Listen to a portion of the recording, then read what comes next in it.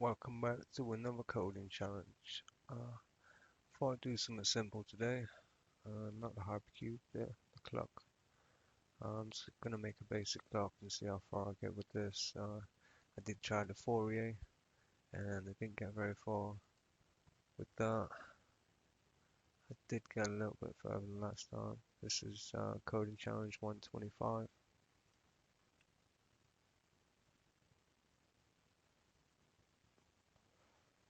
And I added color to the line that's being drawn, but I'm still stuck with a final value at 0, 0, even though it's drawing the right way now. But anyway, 50 frames a second. Moving on to this clock. As you can see, I've not set up the project yet.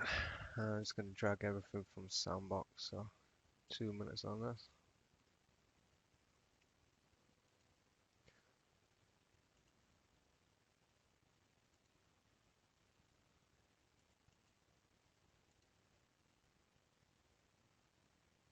This is all the code from the Sandbox. Still need one more. Okay. Sandbox is downloadable from my GitHub, so if you find the links, you'll find that. Paste in a refactor copy again.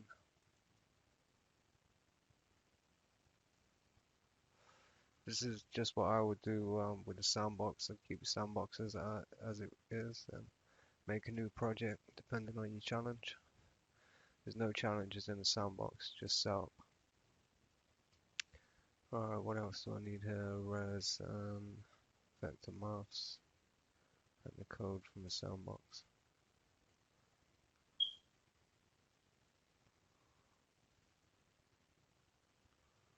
Quite a bit of code.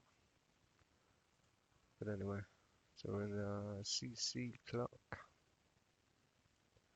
I remember to change it back to CC clock.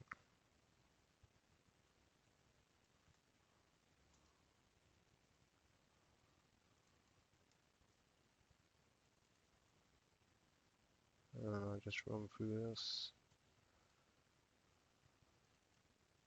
Anything that says sandbox, that'll be wrong. Okay.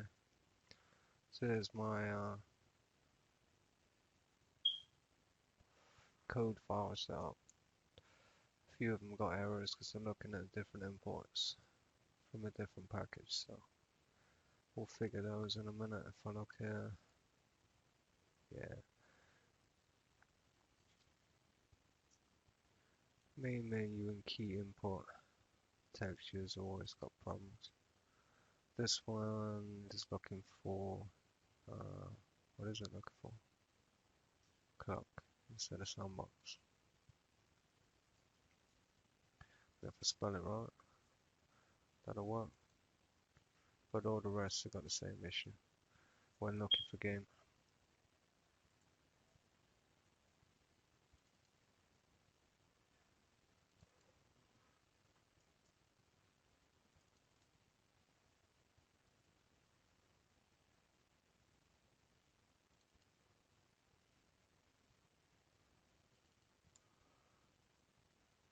And this key event's wrong too. Never use sunglass, so I know that's a mistake.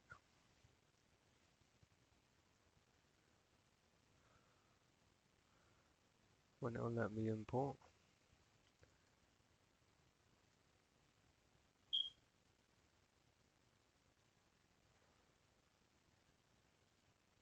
So Java or event key event. Never use anything else. And that's that. Alright, game shouldn't have any errors now, but it probably has. Probably needs saving.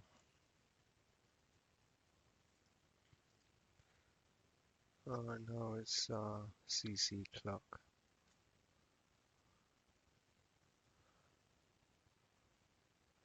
For the get main width, get main height. Because CC clock is now the one that deals with the frame, so I have everything to do with the frame and the main width in that class. So now we've got no errors in our code, and I'll be looking to work in challenge only on this challenge. Yeah, in the challenge class only. And this is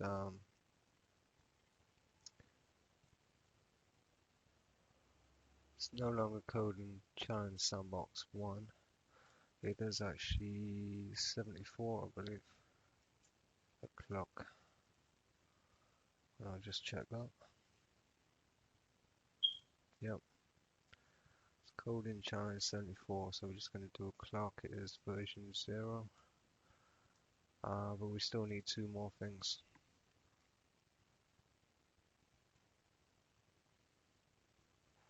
From a sandbox. We need the resource folder.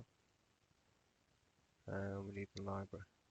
So I'm just going to copy those over.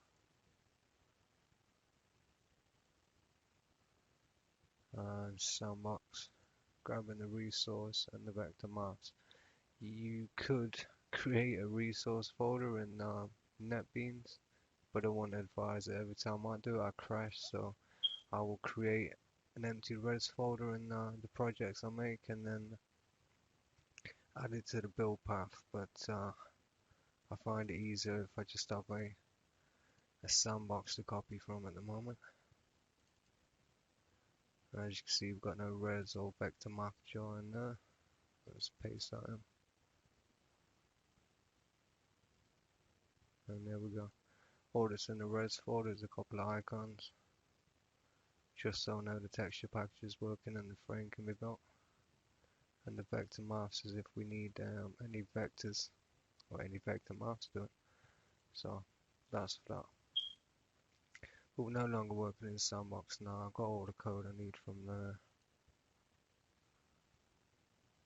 And off we go for this clock. So I don't know much about clocks, but I know we need to import these folders. 1 second. So add in the res folder to the source package folders in challenge clock, code challenge clock. But make sure we add the right one, because I've got many res folders, and although they probably find the same files in them, you do want the one that's with your package. So, and then in compile time libraries, you want to add the jar, and again you want vector mask, but you want the right folder.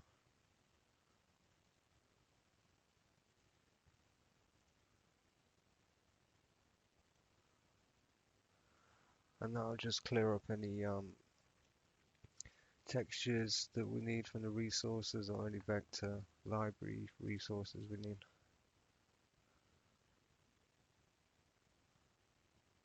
Let's finish background scanning now, so we don't need any of these open. If you've not seen me go through this package, then you'll have to have a look at the other video on the sandbox or the Fouriers. Right, so we're going to be working in challenge today, but I do need to set up game to use challenge. We don't have any errors now, so we can run this sandbox, and it's not sandbox here though.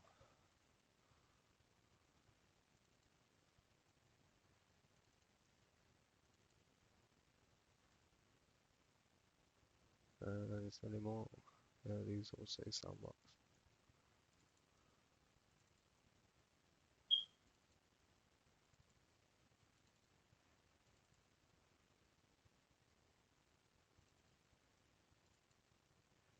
Okay. So as I was saying, we can run the sandbox now, but we've got nothing in challenge. We've not created a challenge object at this point. But our project does work. We've got our title that I started with, and we've got our textures coming through from the images from the res folder, which is the icon at the top here and the one down here too.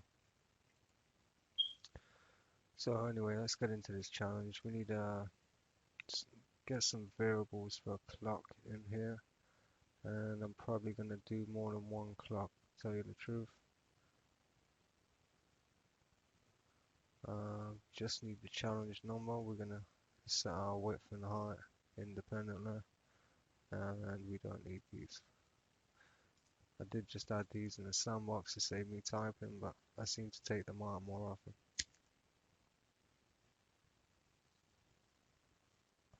So maybe in a future version of the sandbox, I'll just take them out permanently anyway. But yeah, then I don't have to spend time deleting code. But yeah, let's do that in here.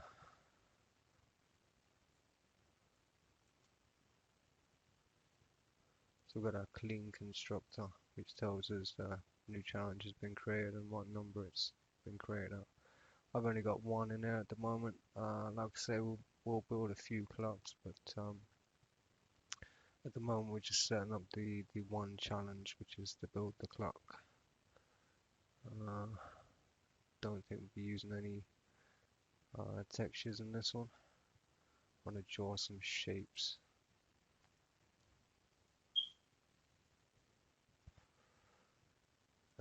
Probably won't be using sand, but maybe in a later version that might be an idea.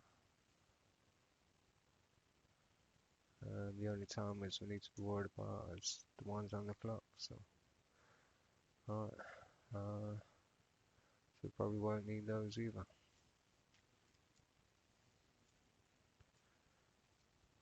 Alright. So we've got our tick in here, we've got our render, also known as update and draw, depending on what object-oriented language you're using. And we've got initiate and a setup, which just basically works if I have more than one challenge in this challenge class. I can set up more than one with a challenge number. Just add another case here and another setup for that specific challenge. Anyway, we don't have that at the moment, so I can just comment that out. In the game, we need to set up 3 lines of code. If they're not already done for us. Before we start the game, we need a challenge object. That's just new challenge with an argument of 1. Set that up. And we're going to have to create that as a field and import challenge. Put onto the other lines of code. Don't need anything to do with the thread management. In the tick, this should be challenge. And uncommented. And in the render, this should be challenge. Uncommented. And remove the argument for the game, because we don't need it at this point, just the G2D object. Alright, so I just need to create that and import challenge. Import challenge. And then create a field. And that's all that needs to be done in there. That line of code. That line of code. And that line of code. And that will tick and update. Tick and update. It will update via the tick, and it will draw via the render 60 times a second. So that's what that's for, and that's all done in the thread management. So start, stop, and run update 60 times a second. That's bearing in mind limited to how much you put on the screen at a certain point in time. Alright. This is another link. We don't know if it's going to be private or public at this point. I believe we can use it as both anyway. I just like to keep the comments updated. Challenge of game. Okay. So now we've got our challenge rendering. I want to grab some from the Fourier. This sandbox really should be updated, at least in the challenge here. What I did with this challenge was quite a few variables. In the render, we're gonna create a custom challenge G2D from what's passed through. We're gonna grab the transform so we can reset it at the end. But that's all really we need from in there, apart from resetting it at the end. So I think I've got that line.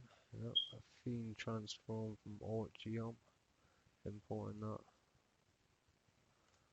And that gives us our ability to draw with the challenge.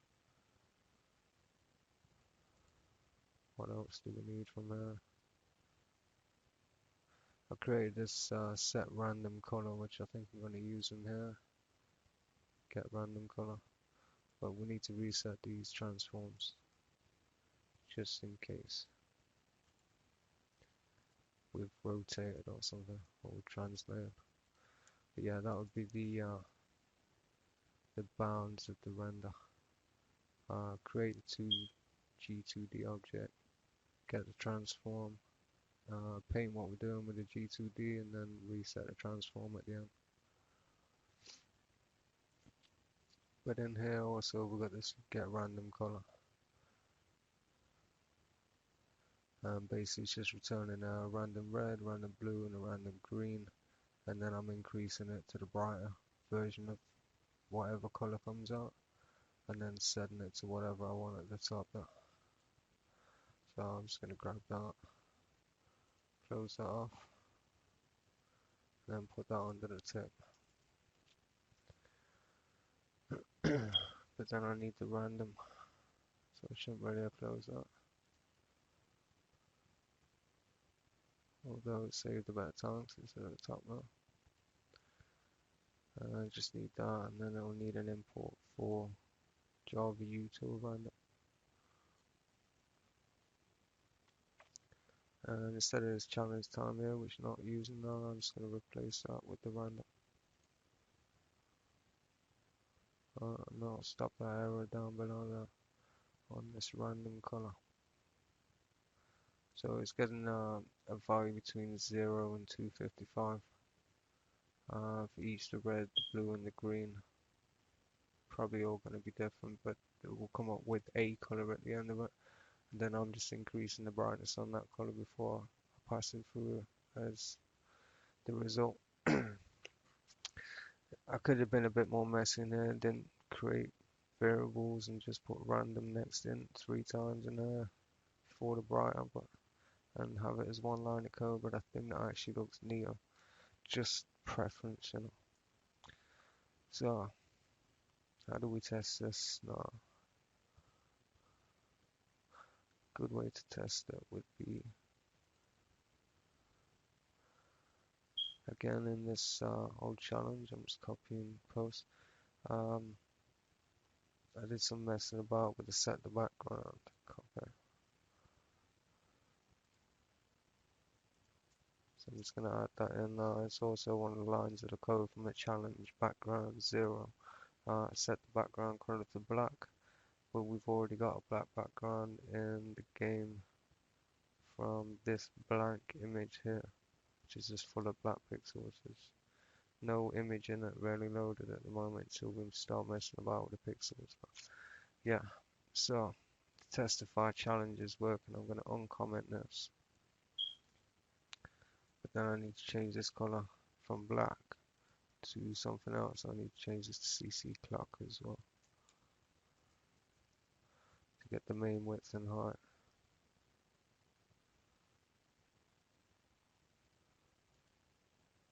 And then add the import for it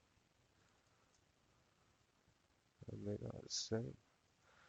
But instead of having the black color set for this rectangle we're going to draw on top of the other black background, I'm going to set this to the random color. If I just remember what it's called, get random color. And because this updates 60 times a second or more, the color will change quite rapidly as well. So we may not want that happening every occasion, but just to test, watch your eyes on this one because we're going to be flashing colors on the screen quite rapidly. In the top left hand corner of this frame, on top of a black background that you'll be seeing in the background.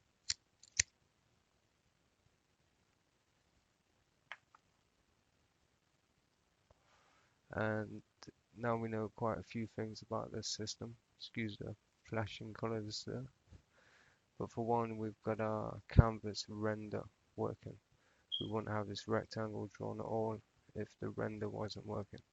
But we've also got our random colors working as well, and they're pretty bright, so you can see them. I didn't want the dull version of the colors for this project, or I could have just missed out the bright here.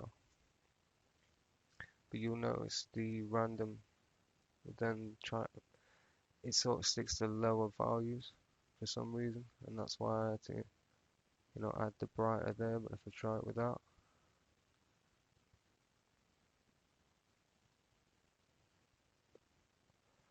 so you get more dark colors, and sometimes you even get black, which would no good on this background. So that's why I added the brighter one in, and I think I'll keep it in. But that's random color for you. Just a simple way of setting it up. Alright, what else do we need in there? We need some calendar. And I'm going to set it up and initiate. A few variables here. Calendar, is it? Yeah. No. No, not now. That's what the name of the variable is. Okay. And calendar. Get instance.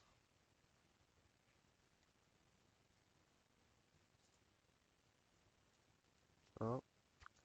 Then we need three variables basically. Just int for the minutes. Oh.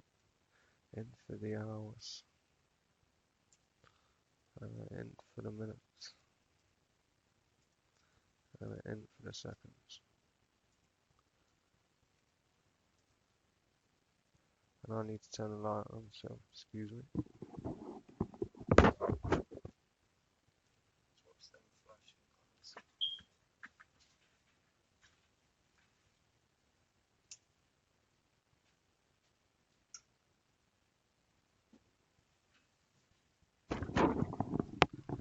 Yeah, more brightness on the screen than on my light bulb. I've just turned on that anyway. Okay, so we've got this calendar instance and we've got a few variables we need to set up. So hours will equal dot.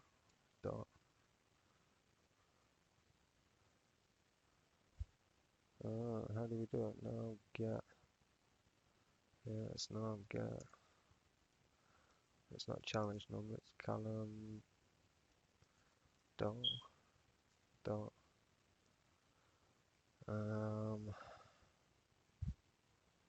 Hour of day, no, just hour. Hour of day is 24 hours.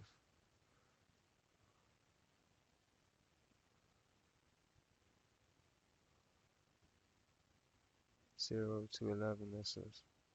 Noon and midday are represented as 0, but not by 12. Okay. So we're going to get a 0 to 11 value here. So we need to bear that in mind. And the rest are going to be the same line of code, but just change the end value. So I'm just going to copy those in. We've got our three variables we need. These are minutes, but just so I'm spelling it right and I'm choosing the right one, I'll half type it in. It's minute, not minutes. So it won't be seconds here, it'll be second. There we go. And that's basically how we set up our clock. You might think, oh, it's crackers, there's no clock there. Well, there is if we do something like this. Let's say start of clock.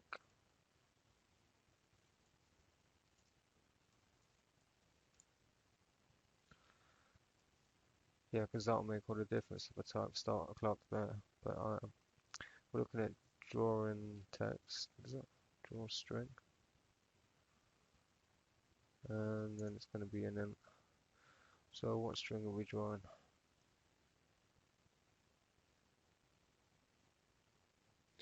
We need a string variable time, and we might have to do this in the tick. String, it's called time.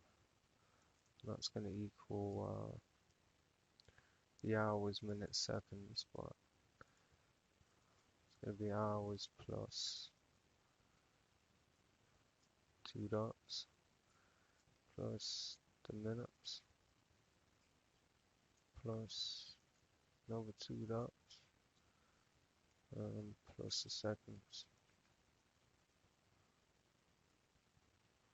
And that's how we're going to set our clock up, but the hour is going to have to be +1 to get our time right. So it's 1 to 12.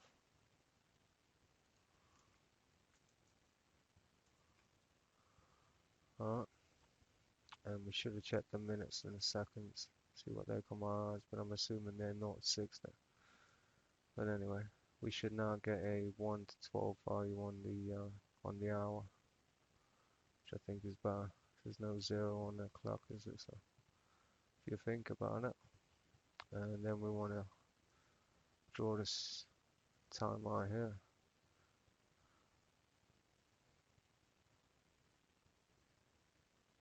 And we're going to have to make it a field. And it could really do with a different name than time, but about clock time.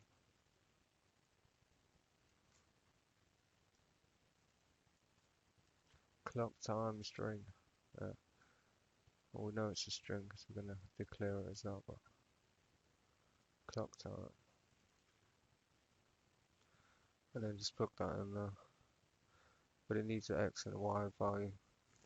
And I'm just going to set it to the center of the screen. Copy. Paste that in. But because we separated this here, we can't have the hours, the minutes, and the seconds different color with this design anyway. But if we're not drawing it as a string, we can have whatever design we want.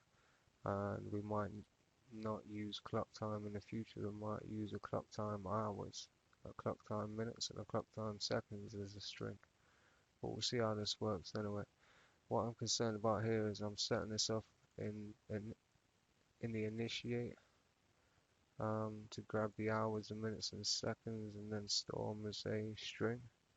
But I don't know if the hours, the minutes, and the seconds are going to update outside initiate on the clock time, but we'll see. I'm going to run that now, but bear in mind we're going to run the colored rectangle in the background. And at the bottom corner of that rectangle, we should have our clock, which we really want to set to a specific color, not a random color. Just so we know the difference. But we haven't decided what color we want random and which we want static at the moment. So I'm just gonna go for cyan for our clock. So the string text of the clock time will be drawn in one specific color, and the rectangle will be randomized in the background. We may be able to do some with time in the background as well with that.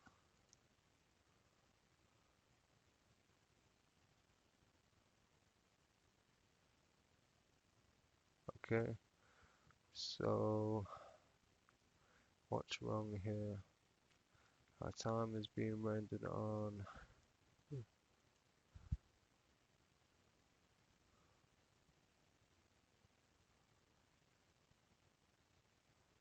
it would appear it's being laid on top of that, but hard to know. Alright, if I put this at 50 on the X value, it's still halfway down on the height. This should really be on top of the fill rectangle, but I have a feeling it's going to be underneath.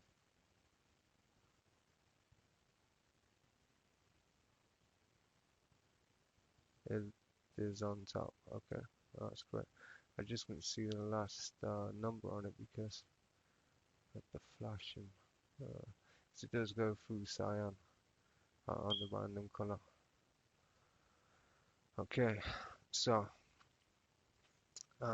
one problem with this is it's a bit small and could do with a different font if we're going to do it in a font, but there's a few other things I want to do as well. First of all, we're going to take this background out, and then I'm going to increase the size on this clock. To do that, simple piece of code,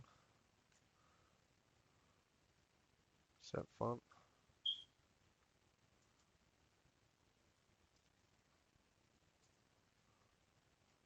and it's default,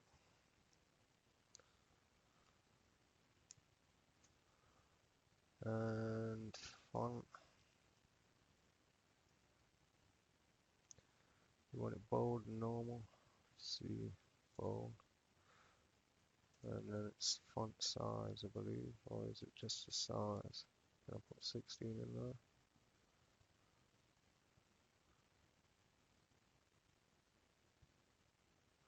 Alright, yeah, new font, sorry, and then these arguments. It's going to grab the default font, whatever's on the system at that point, but then we're able to set it to bold and increase the size, which I'm going to do to about 48, I think, but it might need to be a bit bigger. And I'm going to go back to the center of the screen too, which because of the increase in size of the text is probably going to be off now. You'll see what I mean. We need an offset depending on the size of the text.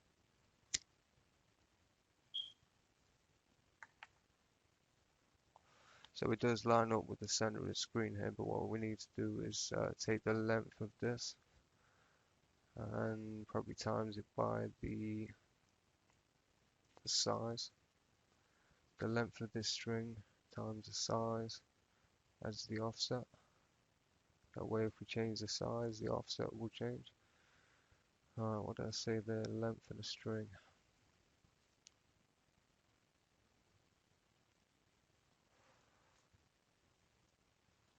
It's going to be halfway on the screen, but it's going to be minus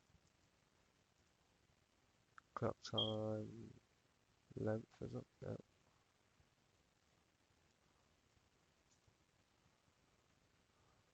What did I say about the size? Alright, let's just try that. So the length may consider the size, but who knows? No, it's not. We've got this dodgy thing going on with single digits. We need to do a check. If it's less than 10, then we need to put a 0 in front of the seconds. If the hours are less than 10, we need to put a 0 in front of the hours. But the length isn't done it, you see.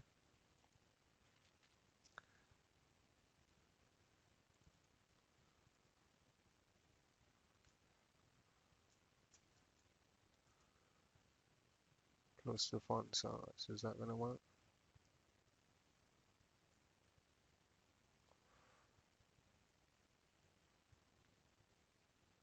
I've added it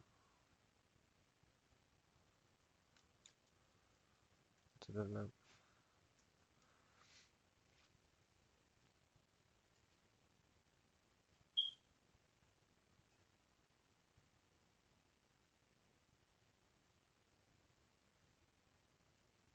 It's a little bit. I'm trying to think now how many characters is going to be in the end. 1, 2, 3, 4, 5, 6, 7, 8.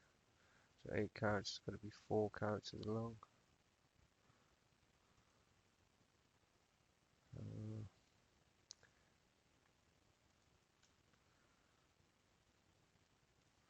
Should do that by the times 48. I bet that's way wrong.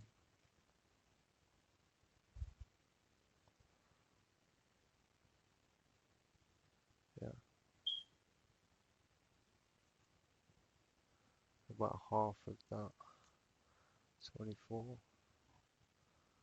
Then we can just plug a variable in there and half it out if it's needed. We'll see.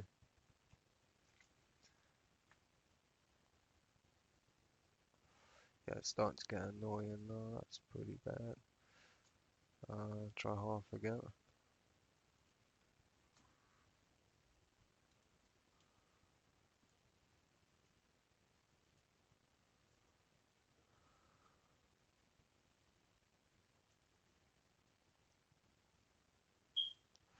That's pretty cool.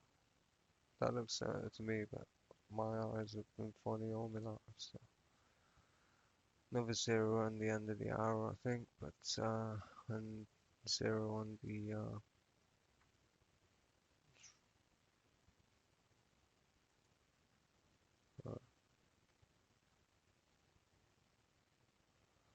uh, how do you add a 0 onto there? That just don't make sense.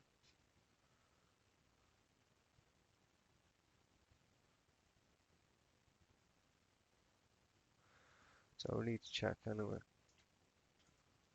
And just do on a second at this point, so it's going to be the easiest to see if it's going to be a one line. So if second is less than 10, and second is going to equal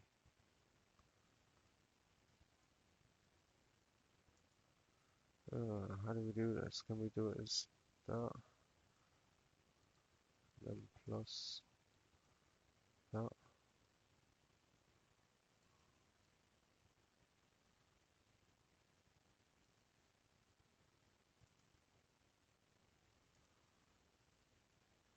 Right. No, because second is not a variable, not an integer. It is an integer, in fact, it needs to be a string to be able to do that. And put a 0 there. Alright. So we need a second string.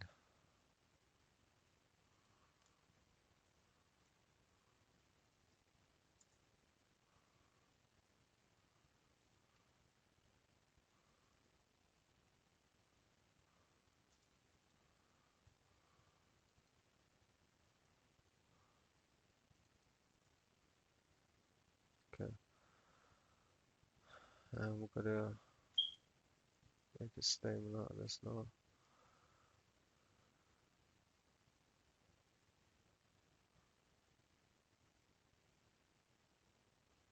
And an else.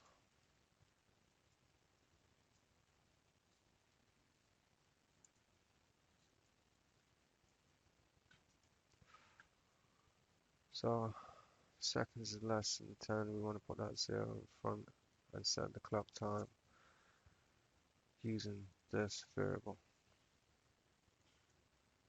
Otherwise, just set it as normal. That was a quick fix. The hours need the same, really.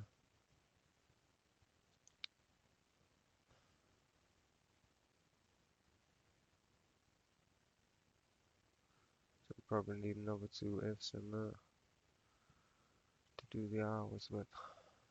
Great.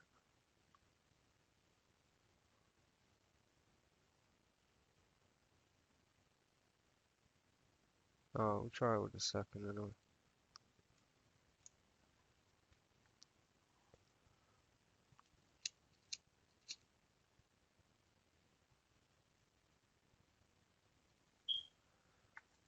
Alright. That time is not updating. Wow, that's great. So if I start and it starts, or manages to start at a 0 number. Yeah. So we're not updating our time at this point, which means all this needs to be put into the tick. All of it. Yeah, let's say all of it. Which means we don't need these as local variables. They need to be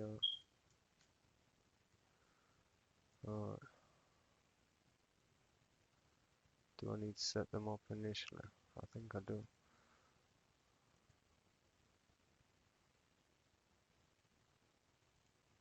Then in here, just add them in there.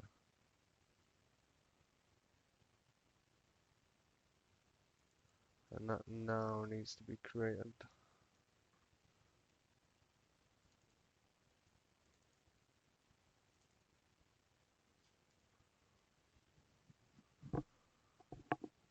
Alright, so we need hour. No. Create a field for now in coding. It's bothered about the now.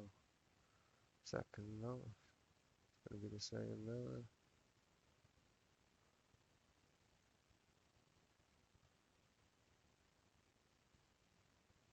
Create a field for hours. That's what I want to do. Do the same for min. That'll let me.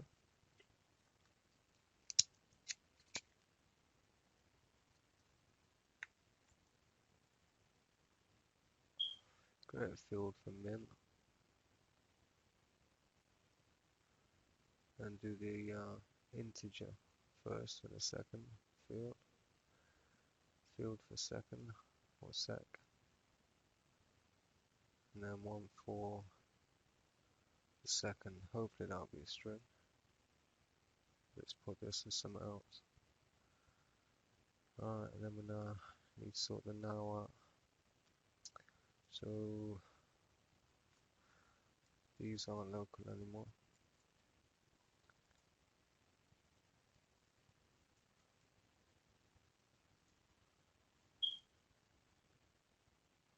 And neither is the now.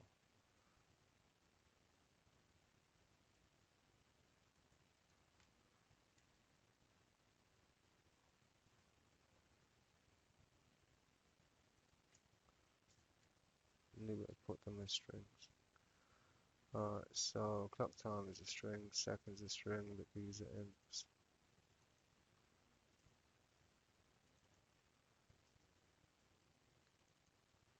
Seconds a string, oh. And there we go.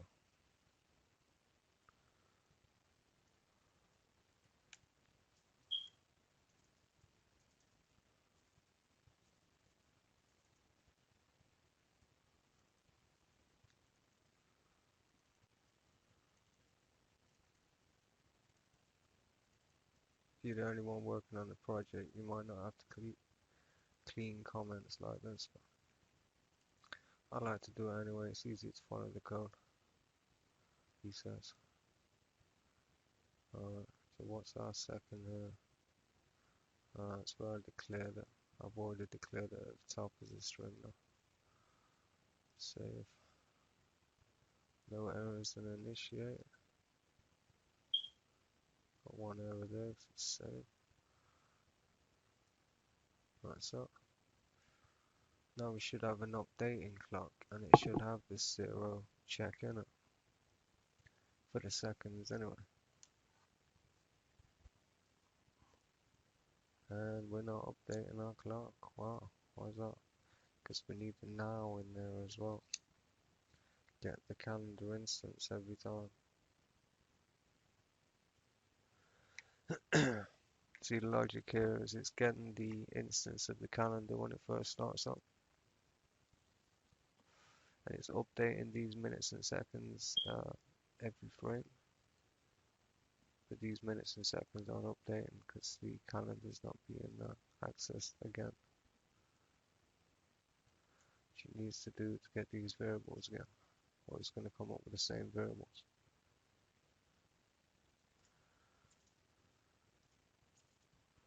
Oops, 1, 2, 4. So that should do that. Or I've got some major errors in the code, but the gets will work on whatever the now instance is. There we go, we've got an updating clock. So you have to get the now every time. We've called it now, it's the calendar, but you have to get the calendar every time to get the updated time variable.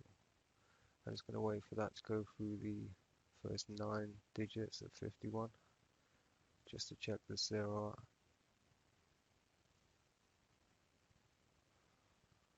There we go. It looks a lot cleaner that way. How you would expect on a digital clock, but that's just one design for a digital clock. And we could expand this design a little further, just with layering and adding color. So we're drawing one version of the string at this value here, which we really should sort out. We can't have the length times 12, which is strange that it wasn't off, because the length does change when we add that 0. But yeah, what I was saying about layering.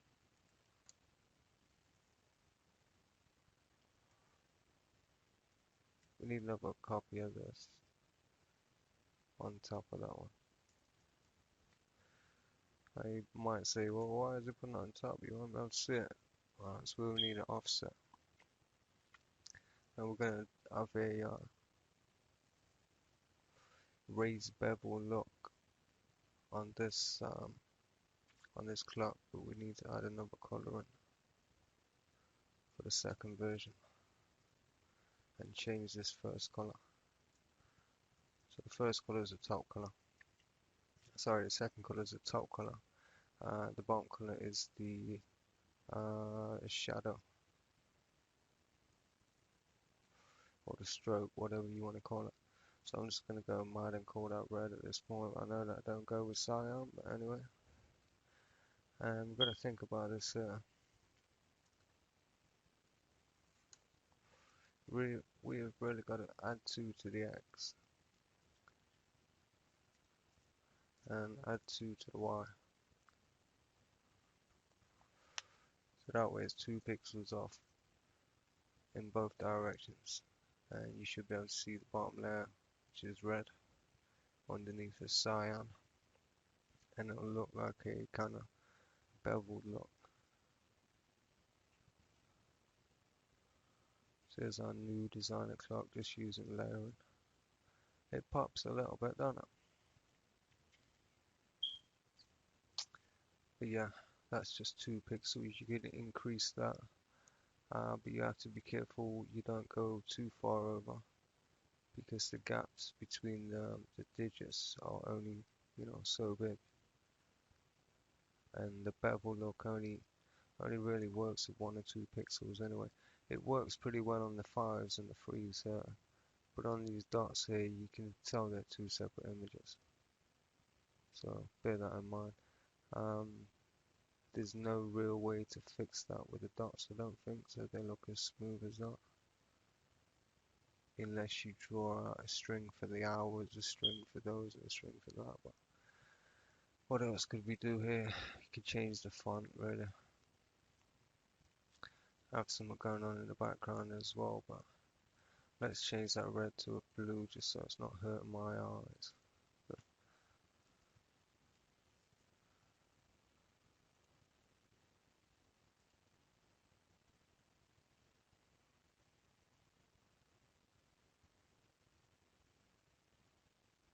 It's a bit more crisp and clean, easier on the eye to look at. You got a dark blue in the background and a lighter blue in the front, but it's still not big enough for this frame. You couldn't really say, oh, I've got a clock application, look, and then you got a little clock in the big frame. That just don't work. So 48 is a bit small here, but I'm concerned if I increase that, I've got to increase these offsets here. But let's have a look. That was 48 bold. Let's try 72. Let's see how big we can fit it on the screen before it starts looking daft or offset too far. But yeah, doubling it up and adding the 2 pixels, we can now increase that 2 pixels to 4 or 8 even, because our gaps have increased. But we do need to increase this offset because we did that, and I think double might just do it. No, it might look double would be too much, but I'm going to put 24 in there with a 72.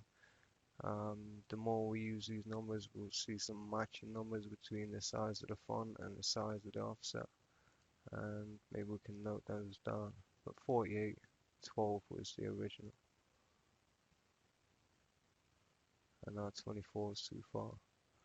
So half 12, 6, I made that 18. When you're working with dozens and 3 dozens and that, it's probably best just to use halves and halves and halves instead of 2 pixels there and 2 pixels back. That can take hours. Yeah, so 18 works with 72,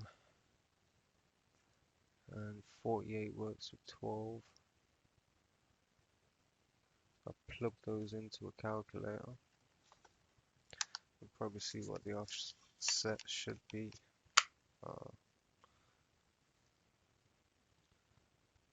Let's say 72 and 18 and 12 and 48. 48 plus 12 is 6 there, plus another 12 is 72. 72 minus 18 is, oh, I've gone mad. 16 off 7, 6 there, 54, and then we're off by 6, which would increase by 6. There's some maths there that does add up, but I'm going to increase the depth of this bevel now. I'll try 4 pixels since it's so big.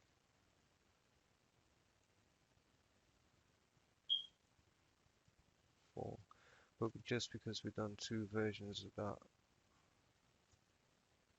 and 2 versions of that, I'm going to keep the original in there as well, which was plus 2 plus 2, 12, and that was a 48, just to keep track of where I've coded this from. And I might want to go back to at some point if we change the design, but that was the original design, and now we've increased it, and I've just increased the bevel.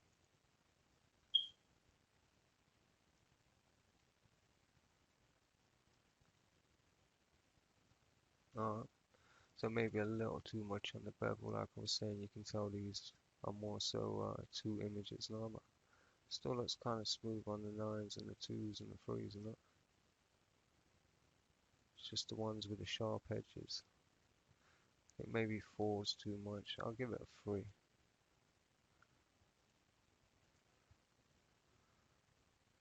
But this is just pixel back, pixel there.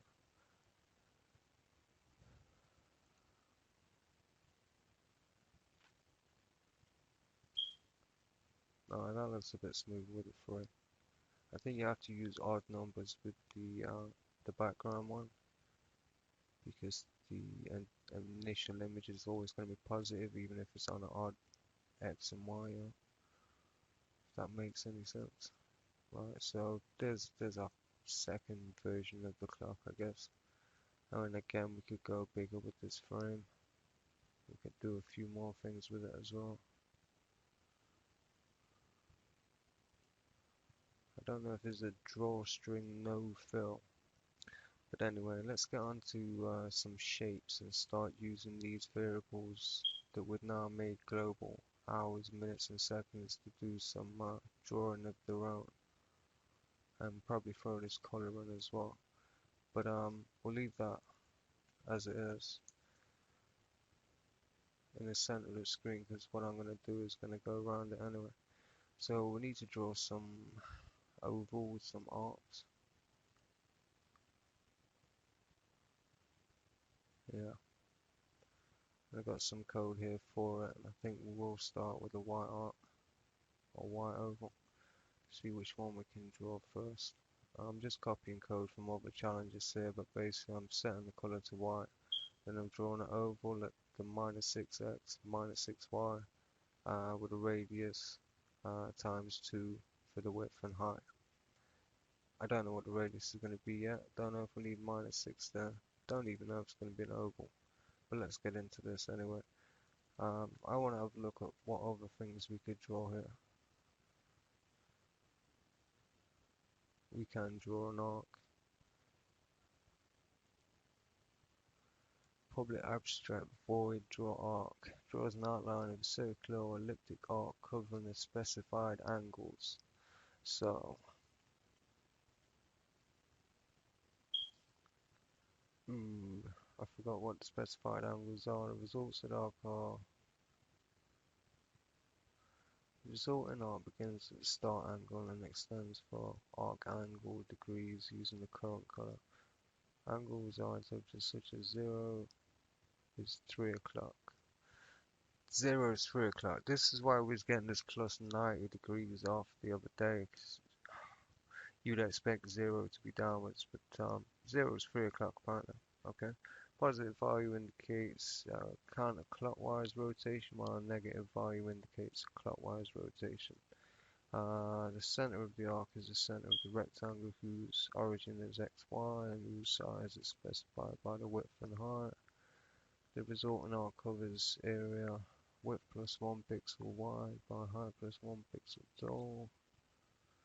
The angles are specified relative to non-square extents.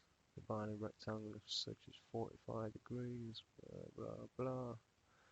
XY, width, height, start angle, arc angle. Start angle is going to be 0, and the arc angle is going to be relative to one of the variables. So that's fine. So we need to figure out what our XY is and our width and our height. Ah, simple enough. Draw arc, XY, width, height, and we need another couple of variables there. So, where do we want to start drawing our arc? We don't want it. I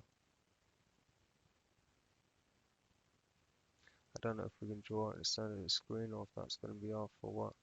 But let's not put it right in the corner. Let's put it 50-50. It's always a good bet. Then at least it's on the screen. Now I forgot what the next ones are. Width and height of the arc. Right, so what's our screen?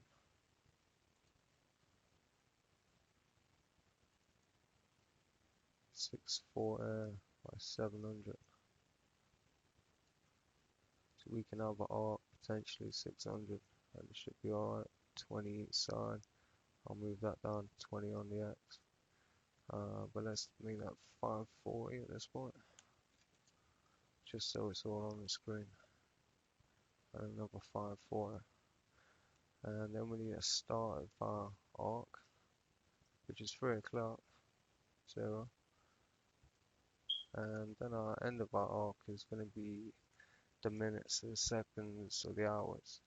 I'm going to set it to 360 at the moment, so that should draw an arc from 3 o'clock all the way around to 360.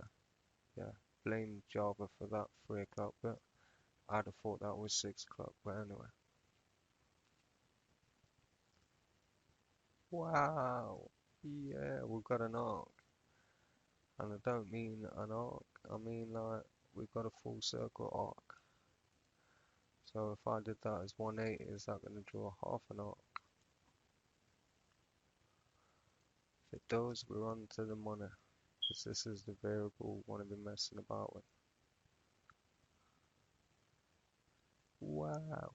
So it starts at 3 o'clock, our arc does, and it ends currently at 9 o'clock. Oh. So we've got our minutes to add a 0 to as well. Wow, we've got a lot of code here for a little clock. Right, and it's not thick enough, so we need to increase the stroke. And I don't know how to do that. Maybe it's a filled rectangle, who knows? A filled arc even. But anyway, we'll stick with that for now. We know we want to mess about with those degrees, but we don't want a clock that starts at 0. That's going to be the easiest way to do it. So our start position is going to be 0 plus 9. It's actually going to be 90 we want it to start at. And then we want it to go to negative degrees, I believe, on the end. This is going to be, so we're starting here, we're going to 180. We want to go to negative 180.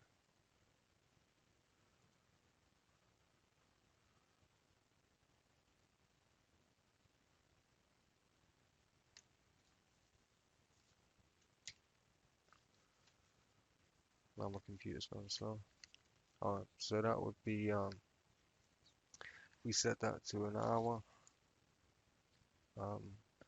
variable, then that would be the hour of 6, wouldn't it? So we need 6 to equal that. We get, it'll be 7, so we should be over here if we plugged in the hour to this arc. Alright, how are we gonna do this?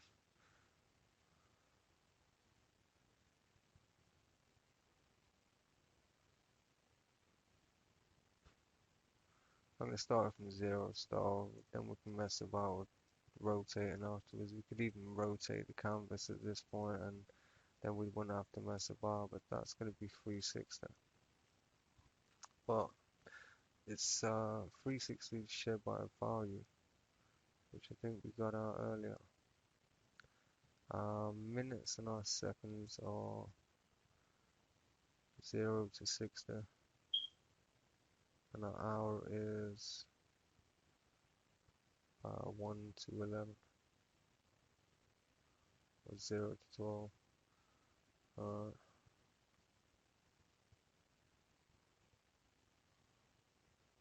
So we need to pick a variable that we're using to figure it out.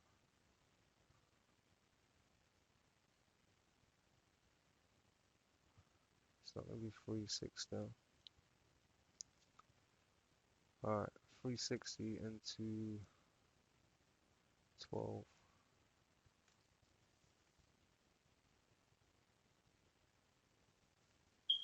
Or is it 12 shared by 360? I'm just working on the calculator. 1/30th, wow. Or 0.03.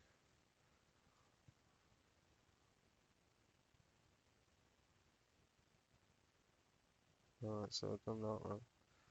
About 360 shared by the 12.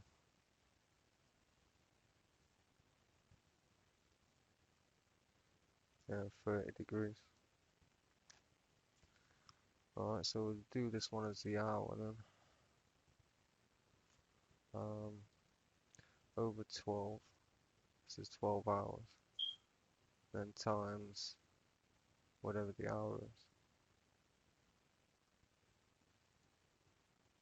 It's good we put this in initiate too, because I can grab the variables from wherever. And then just stick that in there. But this is going to be the one that's in the brackets. Because that's, we're sharing the number of degrees in that circle, in the entire circle, by the number of hours. And then so we're getting 1 hour in degrees or radians, whatever it is.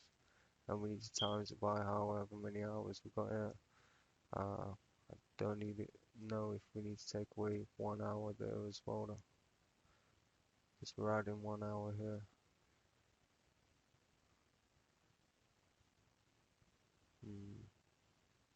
Yeah, we're adding 1 hour there for a reason though. So it's not 0 to 11, it's 1 to 12. Is that going to fit in here? Yeah, times 1 or times 12. That'll work. If we times it by 0, there would be no arc. So perfect. Alright, testing that. This is done at 6:10 in the evening on my computer's clock, so we're an hour forward and arc is messed up. I think it's supposed to be on 6 according to my clock, but we grabbed the wrong calendar. object or not set it proper to Gregorian calendar. It's telling me it's an hour faster than it is on my computer's clock. So, saying this hour is 7, which is coming up with now.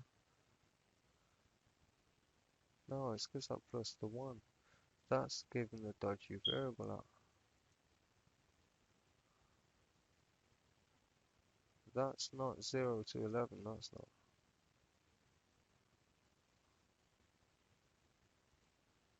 I'm pretty sure that's 1 to 12.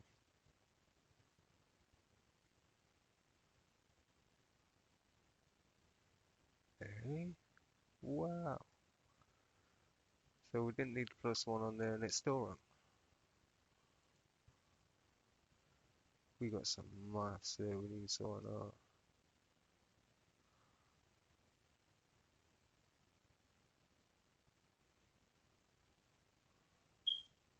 We still got it down there. Yeah, because that's when it updates, isn't it? Silly me.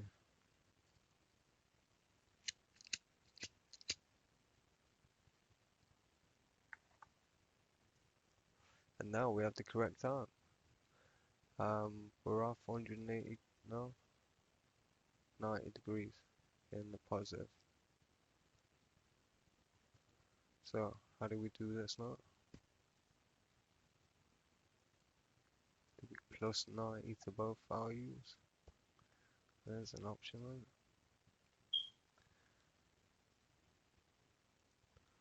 So if we plus 90 to where it's going to be 90 degrees off.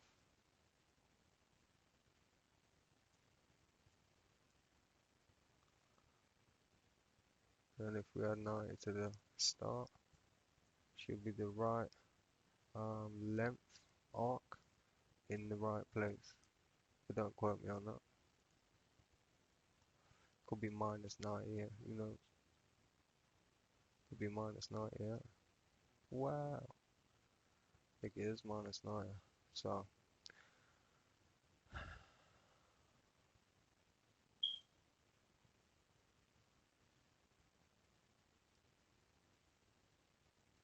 yeah, it's definitely minus 90 on this one. If we're going to add 90 to that one.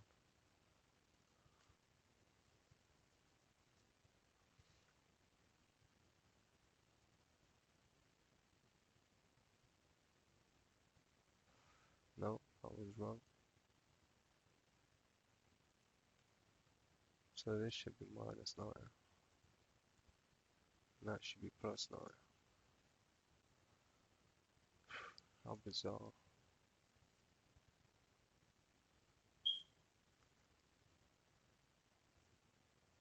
6 o'clock.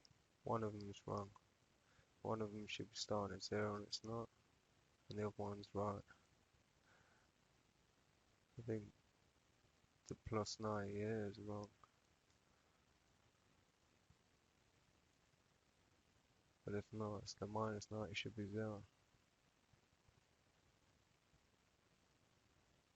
Wow, we got it. So our 0 point is now there and that's that. I'm sure our maths is off there.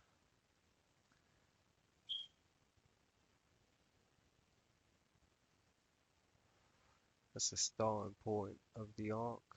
Starting rotation.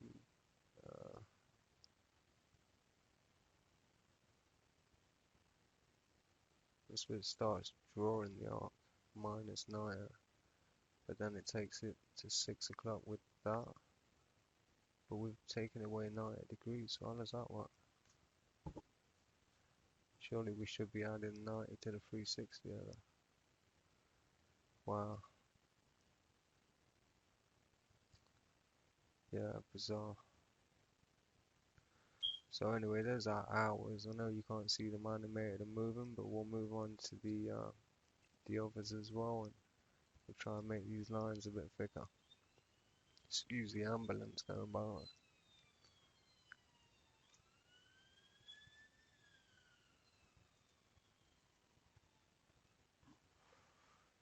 So one of these we want to change to set the brush a bit.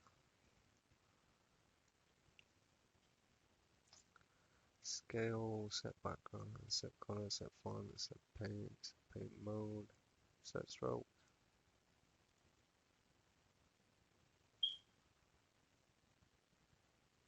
And we give it 6 pixels. Can we give it 6 pixels? No, we can't.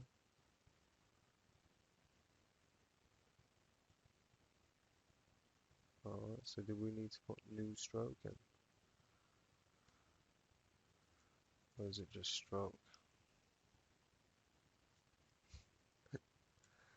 Yeah, I've never set a stroke before. Let me just Google this while working away.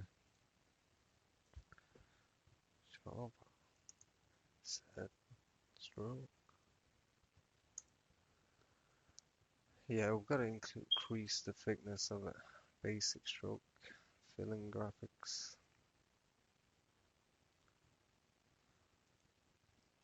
It's probably a fill arc.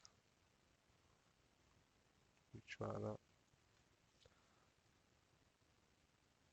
That's not giving us any. It's not exactly the one I'm looking for. Though I'm looking for to make the line thicker, not necessarily fill. This will fill the whole shape, and it's put it on top as well, which is not where we wanted it.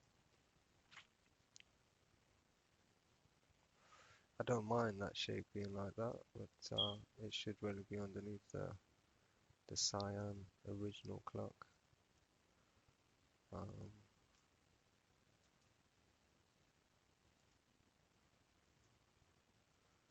And that just means we move the arc up.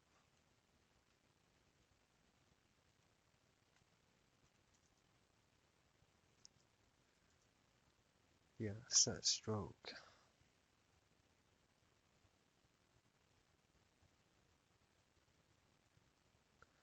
Yeah, we can mess about with some radiant paints.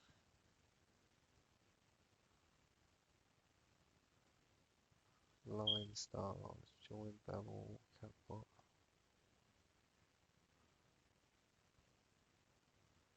Let's just have a look at this now. Move these the other way around.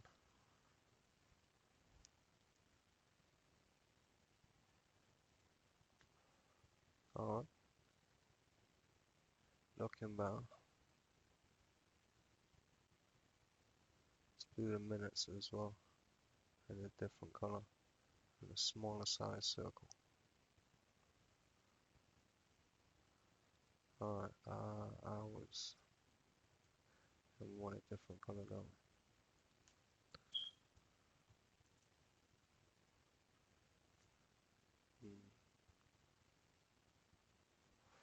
So how do we make this circle smaller, this arc smaller to start with, the width and the height? I'm going to take 40 off there, 40 off there. Oops. We might need to increase that. Alright. I'm going to start at the -90 again. It's not 360 by 12 in hours, minutes. It's 360 over 60.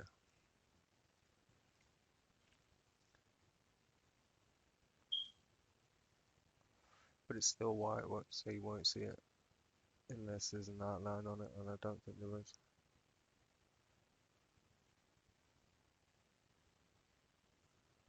Alright. So we made it smaller, and it's back to front.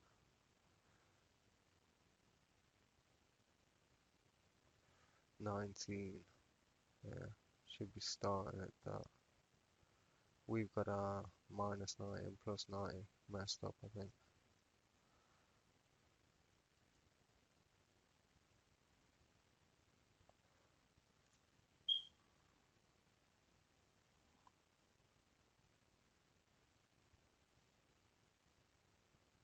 Is it 360 +90?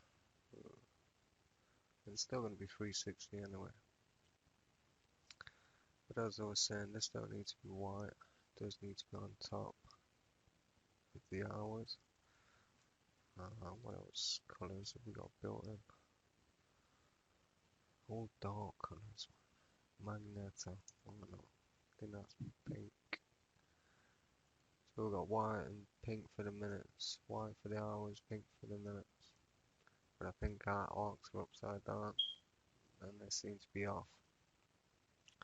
So this is saying 20 minutes, 21, and it's rotating that direction. We've got our variables the wrong way around.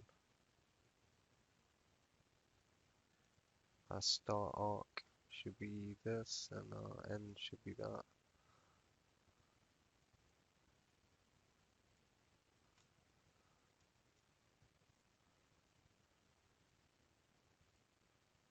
That's for the minutes. I think we're gonna do the same for the hours. So let's have a look.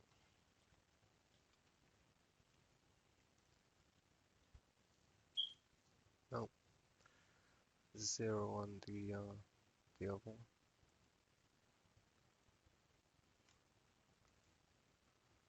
The minutes. But that's supposed to be 3 o'clock.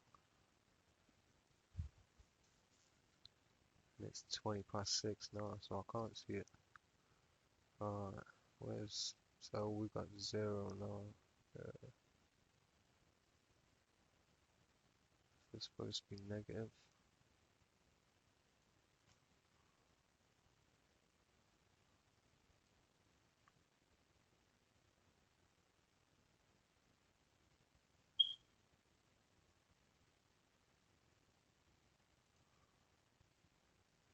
Negative 360.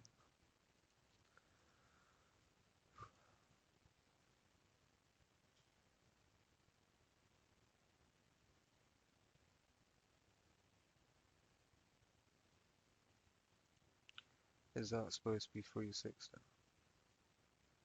Our end point.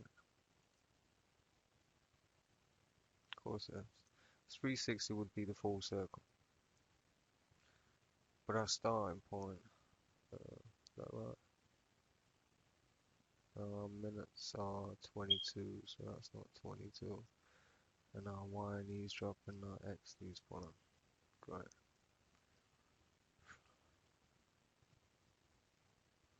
Yeah, definitely seem to have done these the wrong way around.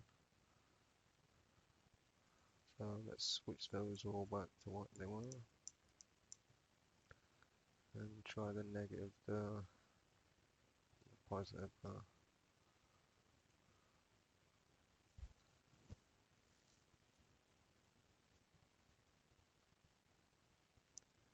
Alright, so if that with 0 minutes, this would be 15, and that will be 23. But we won't know until 25 if it moves forwards or backwards, whether we're right or not.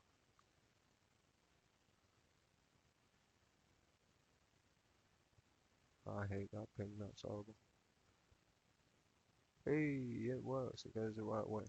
But our X and Y's are off probably by 10 each for the minutes.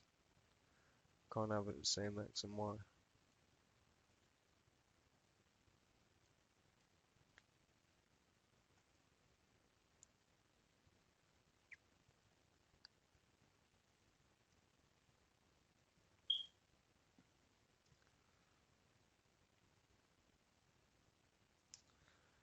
This center line's got to match up with this center line, I believe. And the X is still a bit, the Y is still a bit higher. Let's try that at 80. Try that at 70.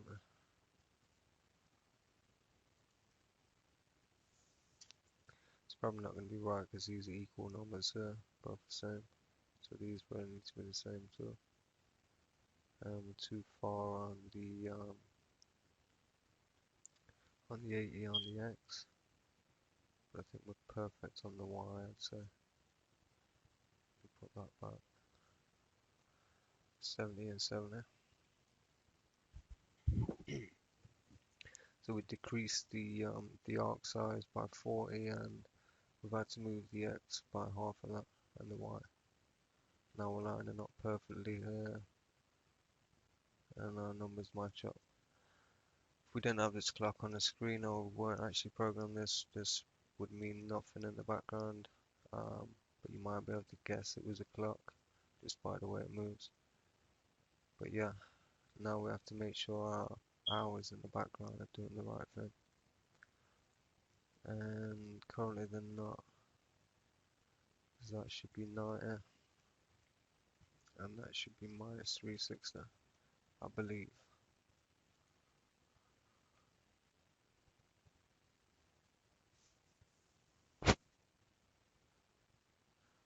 But again, we won't know that till the time changes on that, but the seconds are next. And again, we need the same sort of drop and variables. And I'm changing this magenta to orange, because I like orange better than pink. But then I'm running out of colors to use for these this last one. This is seconds, sec.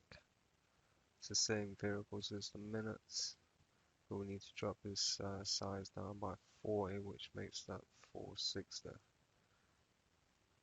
460.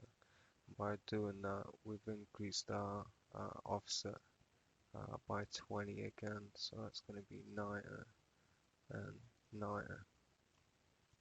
So luckily those numbers kind of add up, and we could probably just make the two variables of the x and the y, and then add the 20 and so on to the rest there, but we need another color.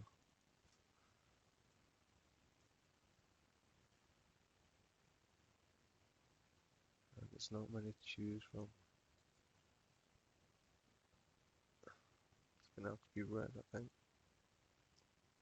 So we've got white for the hours, orange for the minutes, and red for the seconds. And they should all be right now.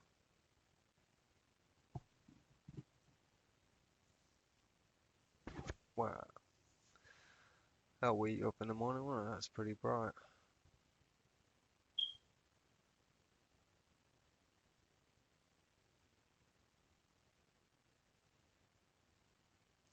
Right, what happened there then? So on 28, that did just increase, didn't it? I hope so anyway. So what we got now, it looks like a bit of an orange kind of clock.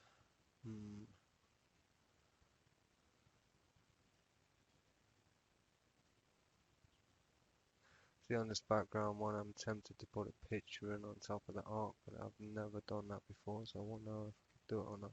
But that'd be nice to have a picture just revealing itself on the hours, and then make the transparency on these two a little less, so you can see what's going on underneath. How can we make this more interesting? We definitely need to change the blue on this if we're going to keep these reds and orange. Yeah, we need to do something with this random color.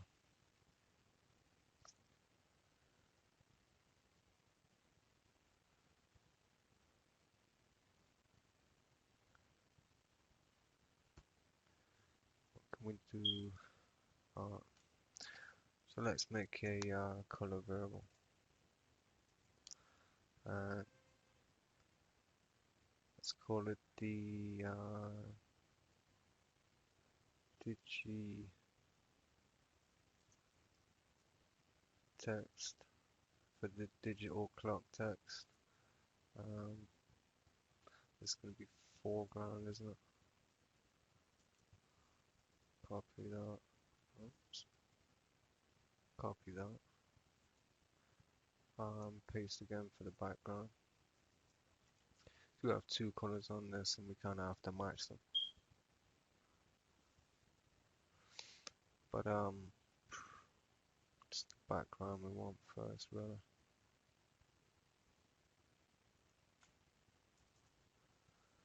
Because the foreground is going to actually be the background color. Oops.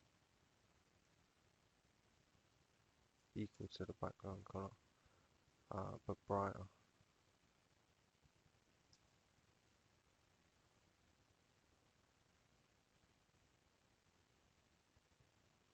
Oh, we're going to initialize it now, don't we?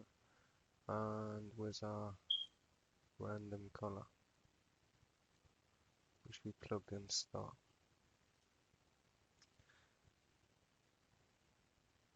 So this is only going to happen on the first tick at this point. It's going to pick a random color for the background, and then for the foreground, it's going to pick the brighter version of the same color. Alright. Now that we've set these as colors, we can make fields out of them. Because we are going to be using them in tick, we're going to be using them in render. So digitext background, copy that, and create a field out of it. Which it's got a return value of a color, so it's going to set that to a color. And this is already a color, so it's going to set that to a color too. I'll just copy the BG, and it's our rocks we're looking at here, isn't it now? It's our color here. So we're setting the background color here to whatever random color is chosen on the first tick, and it only does it the once. But then we need the background color on the second one, foreground color on the second one, so, and that'll get the two random colors that we'll pick to the start. Now they won't always come out looking great, but let's have a look anyway. Right, so I've done it the wrong way around. You can tell there's two different colors on there. I don't know if you can be recursive with this brighter. If we could do that, just double up the brighter.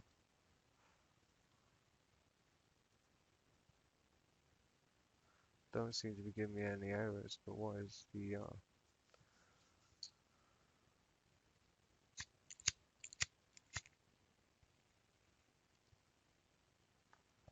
what's the end result like? Not bad. And now we wanted to pick a set of darker colors, so our brights aren't that big, and we're already increasing the brighter down here, which I think now is a bad idea unless we do a get random bright color. But anyway, let's try it like this. This should be all the colors and not just the bright ones.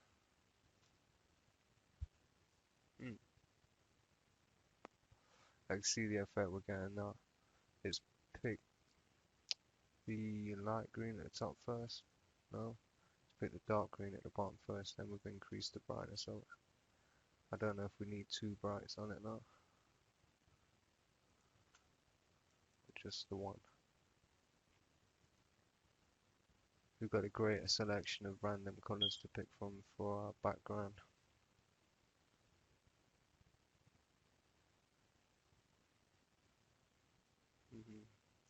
It varies, depends on the color. It really does. What we can do is I'll do both.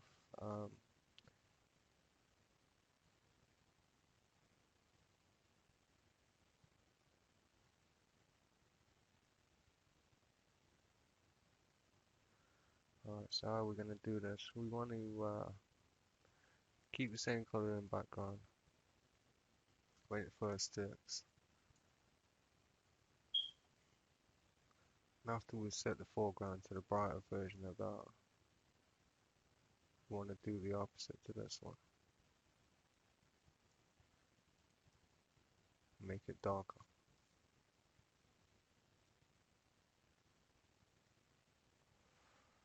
That way we should have a double bright foreground and quite a dark background, whatever the color.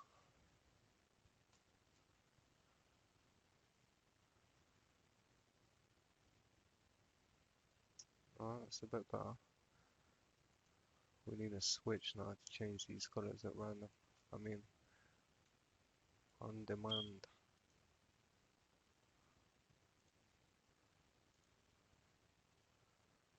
Alright. Don't know if we should have as many greens in the setup, but what can you do? So every time our minute gets to a certain thing or our second gets to a certain thing, we should change that color again, just in the same way. So every tick,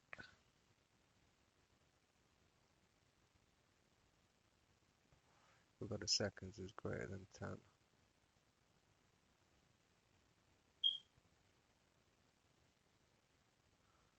Yeah, we need a seconds is 0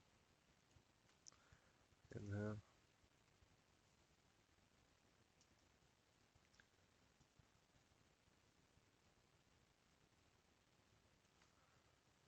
No, half the code I type is just copied and paste from somewhere else. Alright, so seconds equal to 0, then we'll do it all again.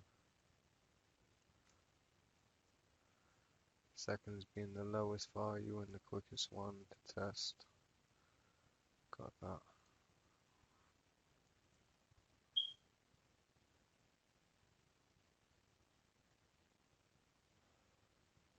Alright, so probably not the best timing, but I don't know, maybe I can do a song and dance while we wait these 30 seconds or something, I don't know. But just to explain what I'm gonna do next, I'm gonna try and mess about with the opacitors on the arcs, and then maybe we can add some sine and cosine into the alphas, who knows.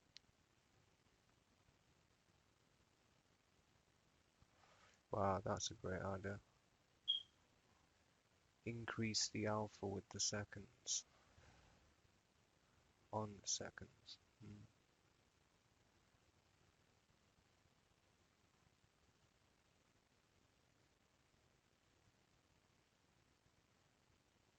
Right, that stuck a bit there. That was not good.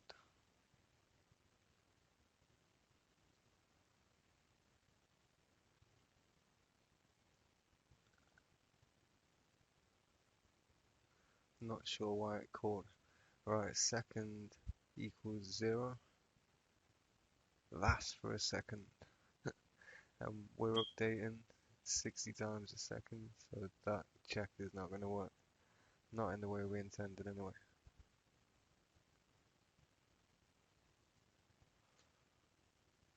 So we're going to have to do last second, last minute.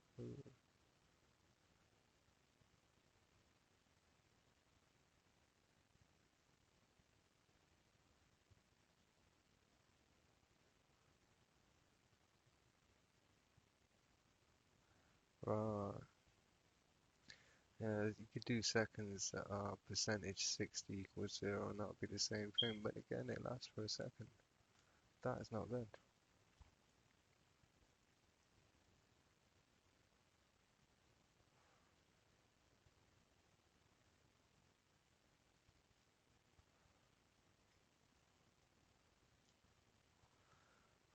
How do we call this just once?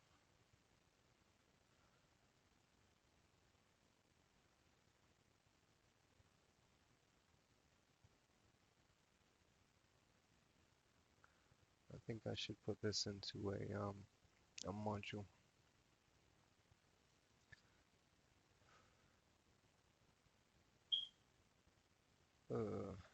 It's not really going to make any difference. It's still going to call it over and over again.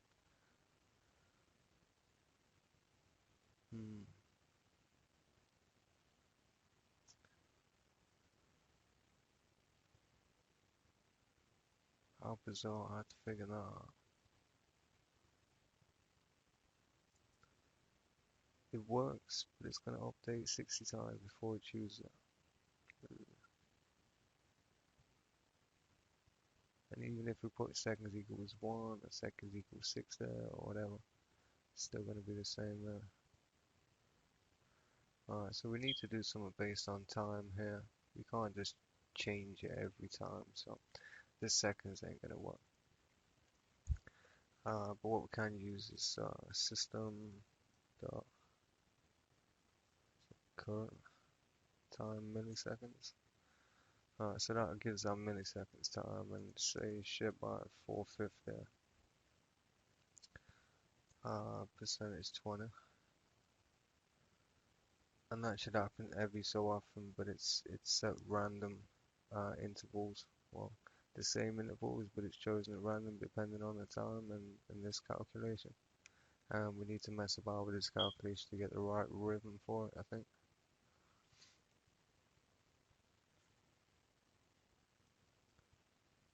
Four. Still does it for the milliseconds as well.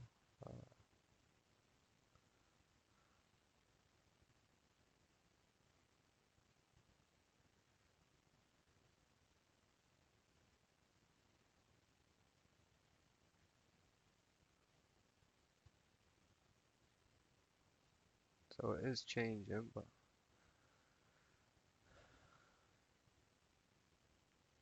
it does look pretty good at some colors it's choosing, but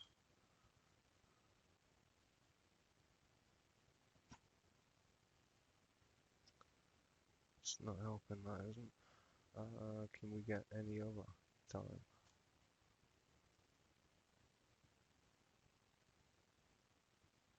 Current time milliseconds.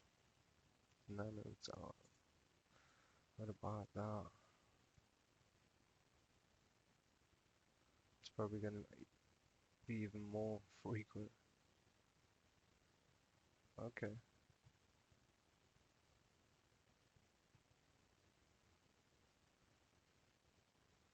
It's a bit better with the nano time.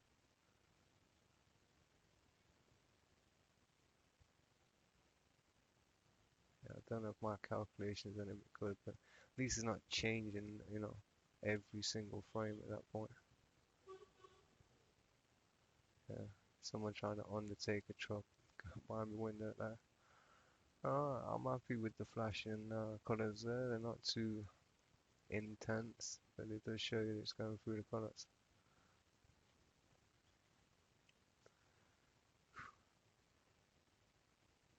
Let's do something with the opacity, I think.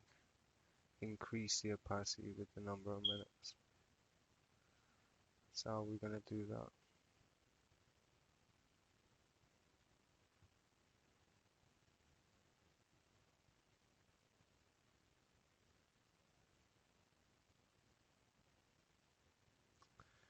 We need to figure out the opacity is one float, so it's 1.0. But if we're going to put it on seconds, that's going to have to be shared by 60. 0.0166666667.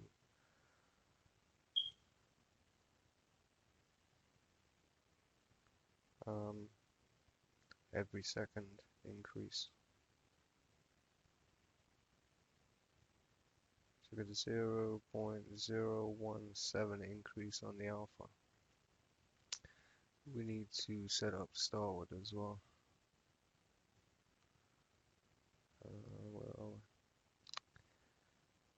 So we need an alpha for our seconds. We've got these again. We don't know if these need to be private or not, but they do need for comments.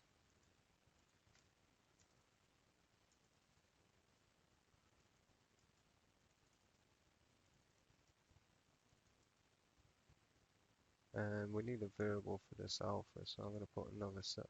He says, put another set of comments in. Stop hitting the wrong keys. That's how you know your video has gone on too long. You just can't type anymore or speak. But what am I doing? Alpha. Seconds alpha.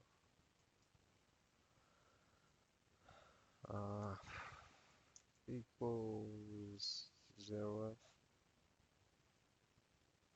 which makes it a float. Alright, so we set that up to start with.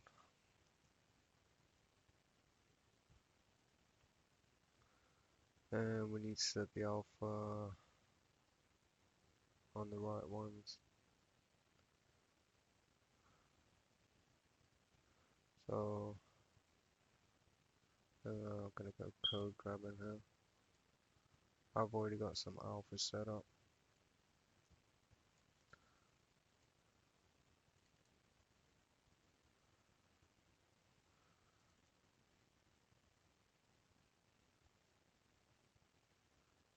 Okay, so we're gonna need one of these alpha composite instances.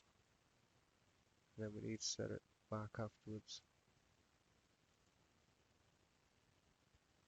And it's gonna be on seconds, isn't it?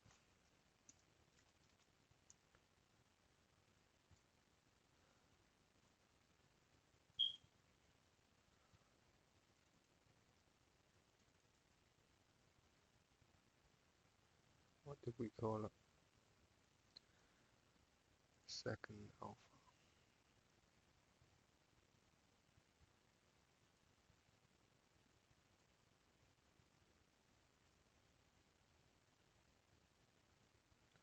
Then we need to create this a comp as a field because we need to reset it after we do that.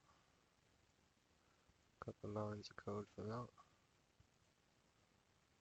And just after we draw the red arc, we need to set it back so it doesn't affect our digital clock. Digital, yeah. If we change the font, it might look digital. But yeah, our original clock anyway. So that's setting it back to 1.0f. Now we need to increase the sec alpha.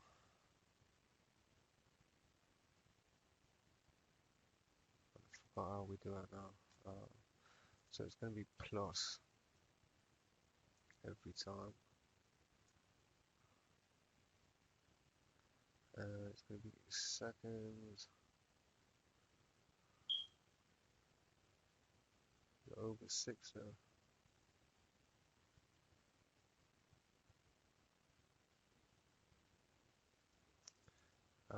Times whatever we want to increase it by.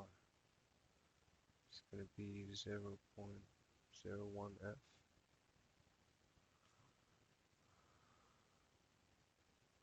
So every second it's going to increase the alpha by 0.01. It's going to set the A comp to that alpha, and then we're drawing out the second arc, and then reset the alpha afterwards.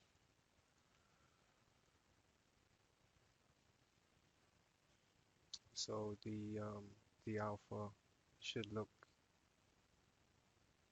completely invisible at 0, but it then should increase. I think this 0.1 is off, should be 0.1.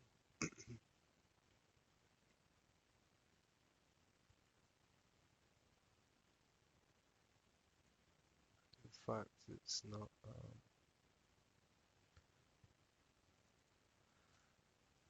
It's the 1.0f over 6 there, times a second. Yeah, get the maths right, it might work.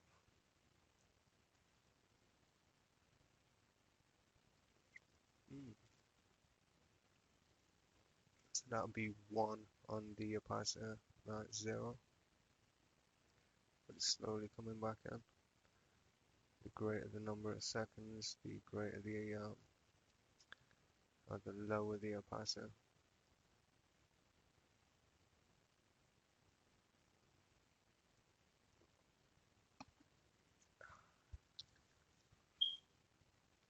So that's pretty cool. Can we do it to the others? That's on 50, is that right? It's quarter to, or 45 would be here. So 5 minutes up, that's perfect.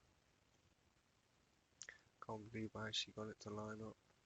But here we're past the halfway mark here, so it's almost full, you know.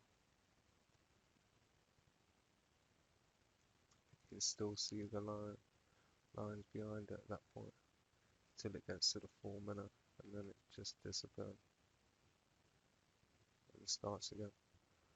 But yeah, it's a really cool effect, guys.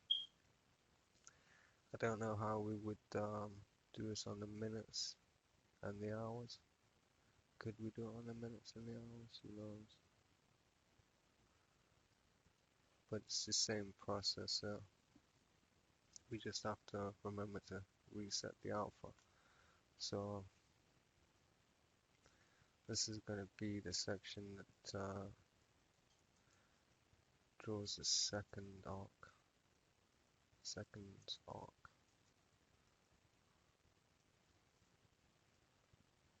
And we need these put in their own sections too. It's the minutes.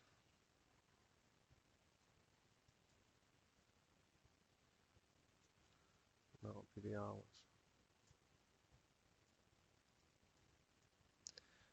To add the same sort of thing to them, we need the reset after each one as well. But let's just say we added the same thing and we didn't change it up. We just need that code there and same there. But then we need the resets after each one.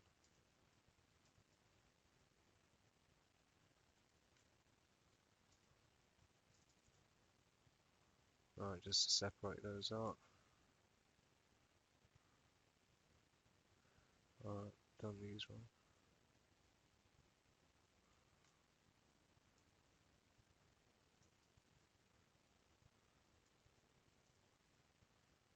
That's the minutes arc, hour.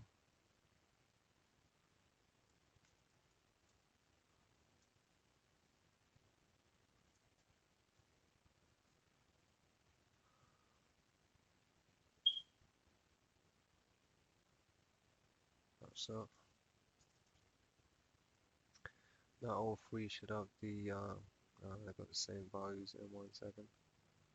So reset seconds, because this is seconds. This is minutes. But it's the same,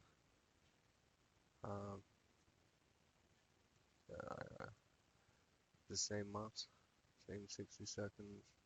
But this is hours, which is going to be the 12. It's the default value of alpha. If it's not see-through is 1.0f. It goes from 0.0 to 1.0. So you have to divide it by the number that you're interested in. Here it's 12, here it's 60, here it's 60 as well. Just so we're dividing this 1.0f into 60 here and 12 here. Yeah. But yeah, that will all work the same way. But I have a feeling that some values are going to be terrible to see. So this background on the hours here is still on 6 for another 6 minutes, 5 minutes. So it's half on the alpha, 0.5f. But when it's at 12 o'clock, you're not going to be able to see this one at all. It's going to be disappeared. Not again until 1 o'clock would you be able to see the hour. Alright, the minutes now has just increased. But again, the minutes won't be faded until after 7 o'clock. So it'll be difficult to see. But yeah.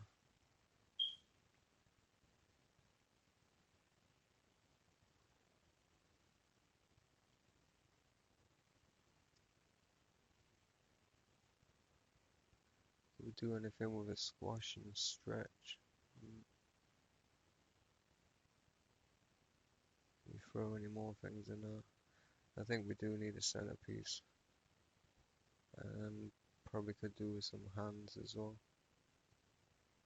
But then we're talking about rotating things. So,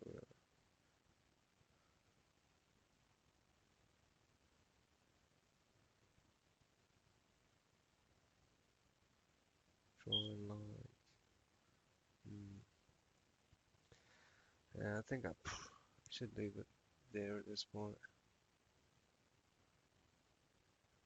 without changing the fonts and that. I don't think we're going to take this much further. Um,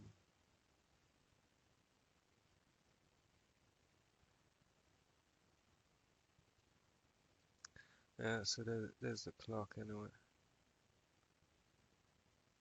Using our new random color that works pretty well with that nano time there, I must say. We don't need the bright one now.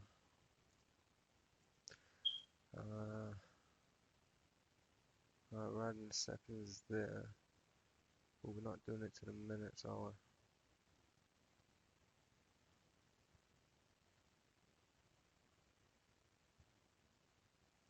And we need to put it in both of those really, unless we move clock time out.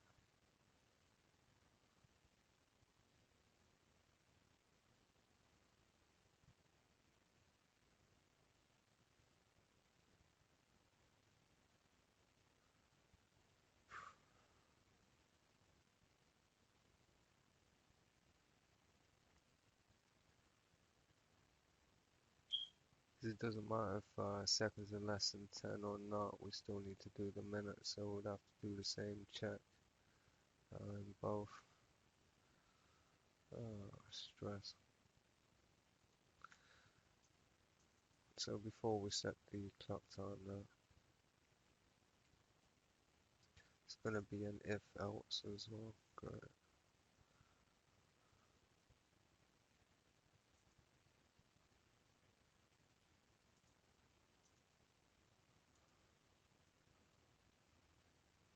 It's not seconds, it's minutes. Minutes is less than 10. Then we want another variable like this.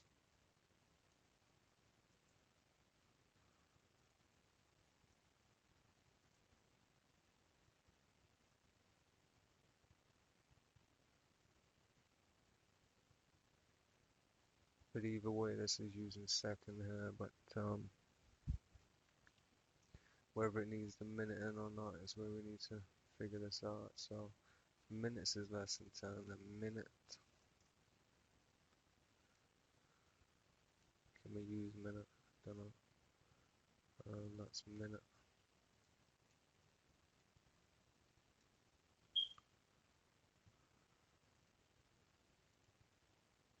Create a field out of that. It's less than 10 it wants to earn. If not, it's just that.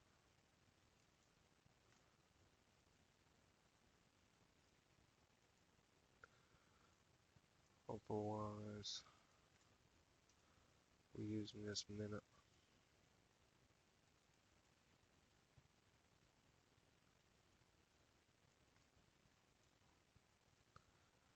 Alright, that fixes it if the seconds is less than 10.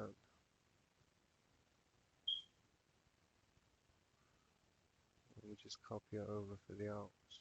Copy it. Else seconds is not less than 10. Seconds is greater than 10, but if minutes is less than 10, we still need that 0 in, but we need nothing to do with the second. And no, just seconds. And else it's the minute.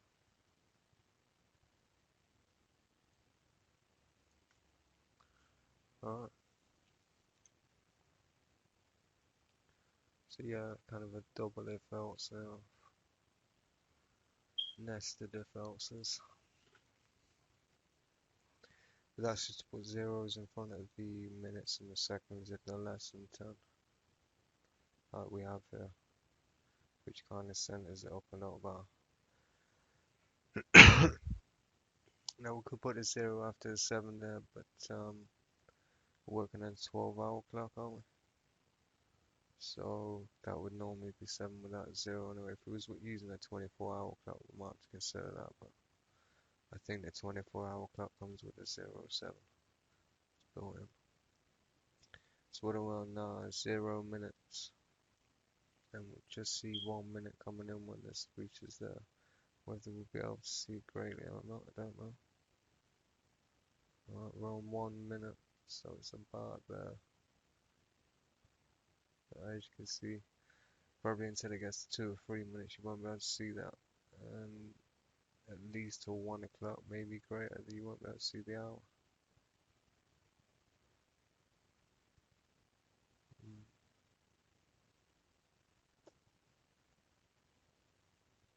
But let's put the random colors into these now. So we've got our time moving forward on a nano time is going to change this color every so often. I don't see any reason why we shouldn't use the same sort of system for the others here and have them specific colors variables. So these aren't going to need background and foreground, you're just going to need one color.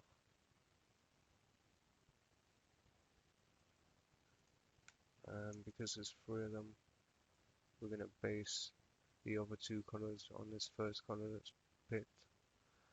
And this is going to be our arc, isn't it?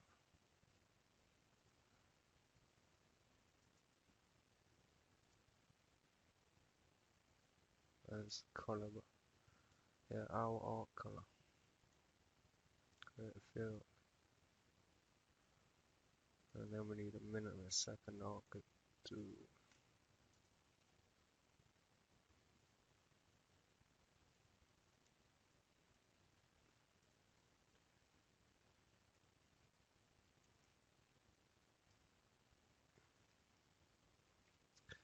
Alright, so use the hour arc.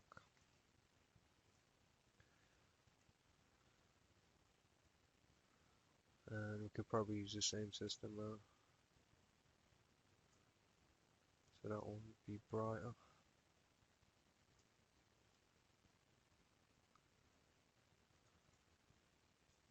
And that would be darker. You do next color, get alpha, get blue, get green, ooh, get RGB.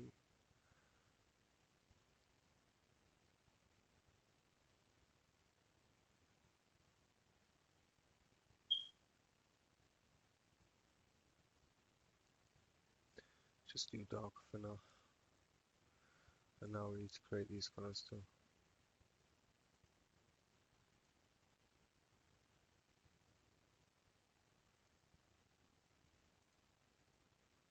But in theory, this should be a different set of colors to this set of colors. But we'll soon see. And that's probably going to need updating in our little system nano time as well. Or maybe we should create a different system nano time for this one. Let's have a look. I've not plugged these colors in, so it's not going to change anything once. Yeah. Alright, so we need to plug these colors in. Where we're setting the colors on these arcs. Set color. We just plug them in there instead of these colors. So we've got the hour arc. Set color. That's the minute arc.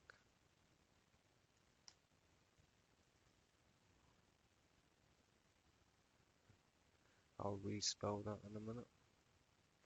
Get it? And that's the second arc. But why is that not spelled minute? Because it's min.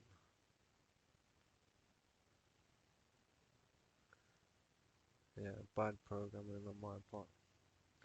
So we've got our values in now. We should see a different set of colors from the first clock in the front to the ones in the back.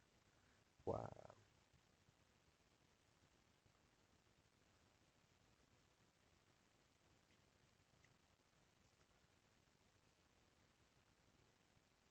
Kind of works.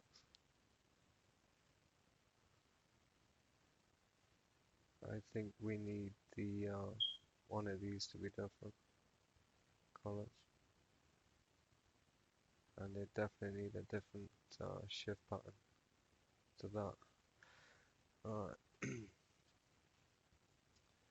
What are we doing here?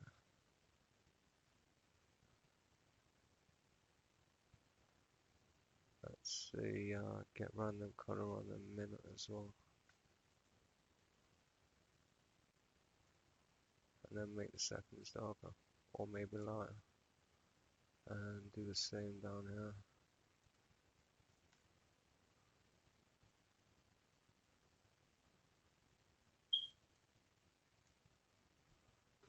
Oh,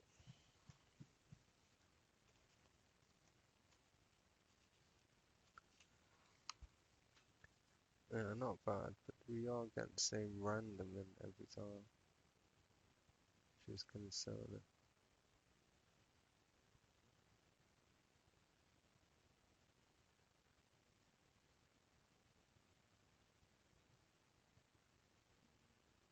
Mm.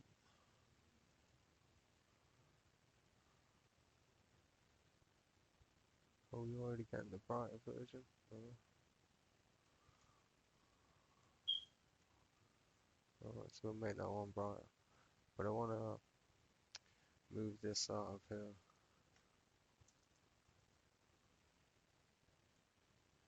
and have these separate.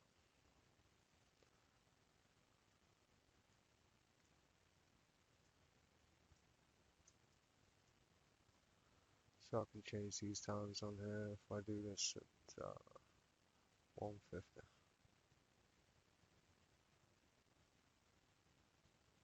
See how that works. So we should get a slight increase in the frequency of time on frequency of change on the back ones compared to the front ones.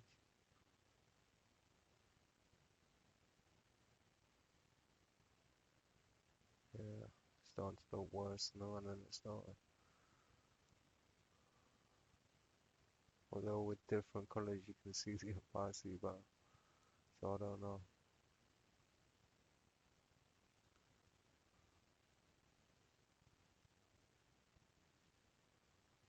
That's pretty bizarre. Should this one really be changing? Mm,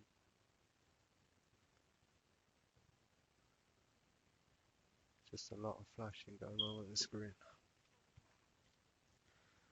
Some lovely colours it's cycling through, and some of them look great, but some of them look really bizarre mixed together.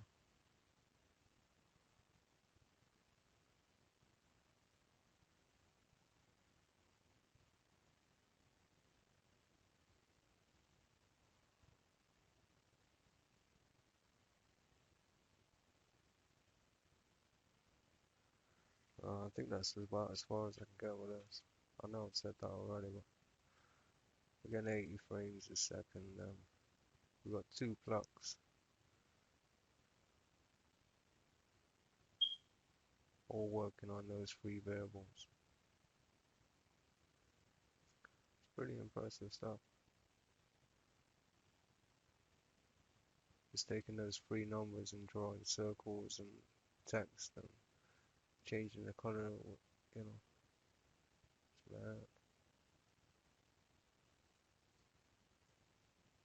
What we really need to do with the color is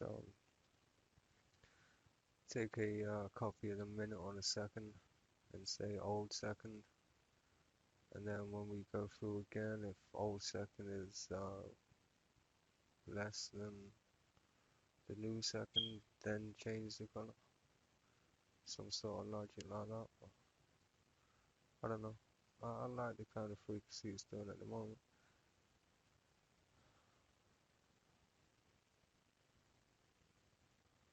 I find it quite bizarre that this our color and this color here is supposed to be two random colors, and most of the time they're in the same area. You know, by using that color. Yeah, the second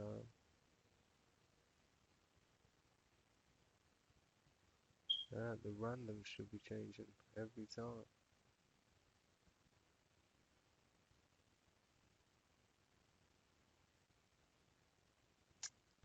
How do we do that then?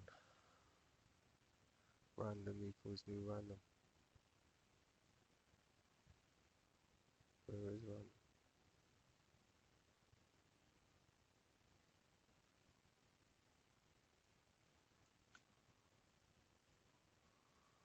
Alright, so if we create a new random every time,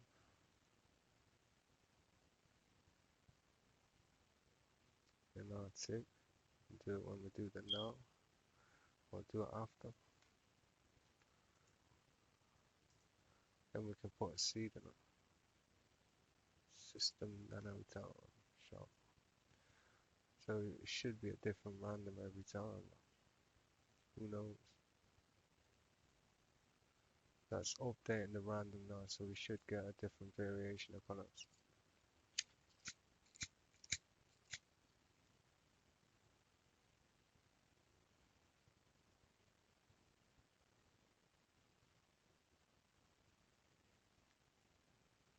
Pretty cool.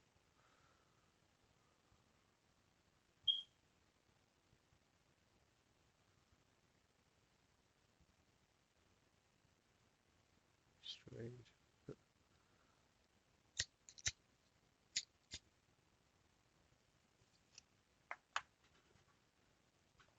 But yeah, I kind of like that. It's pretty cool. Don't know if we should increase that a bit, but anyway, that's colors and clocks for you. I'm gonna call that a day there. So I don't know what we're on in the recording. 2 hours and 10 minutes again. So there's a clock done. Mission complete. Bizarre looking clock. Yeah, over now. Anyway, hope you enjoyed.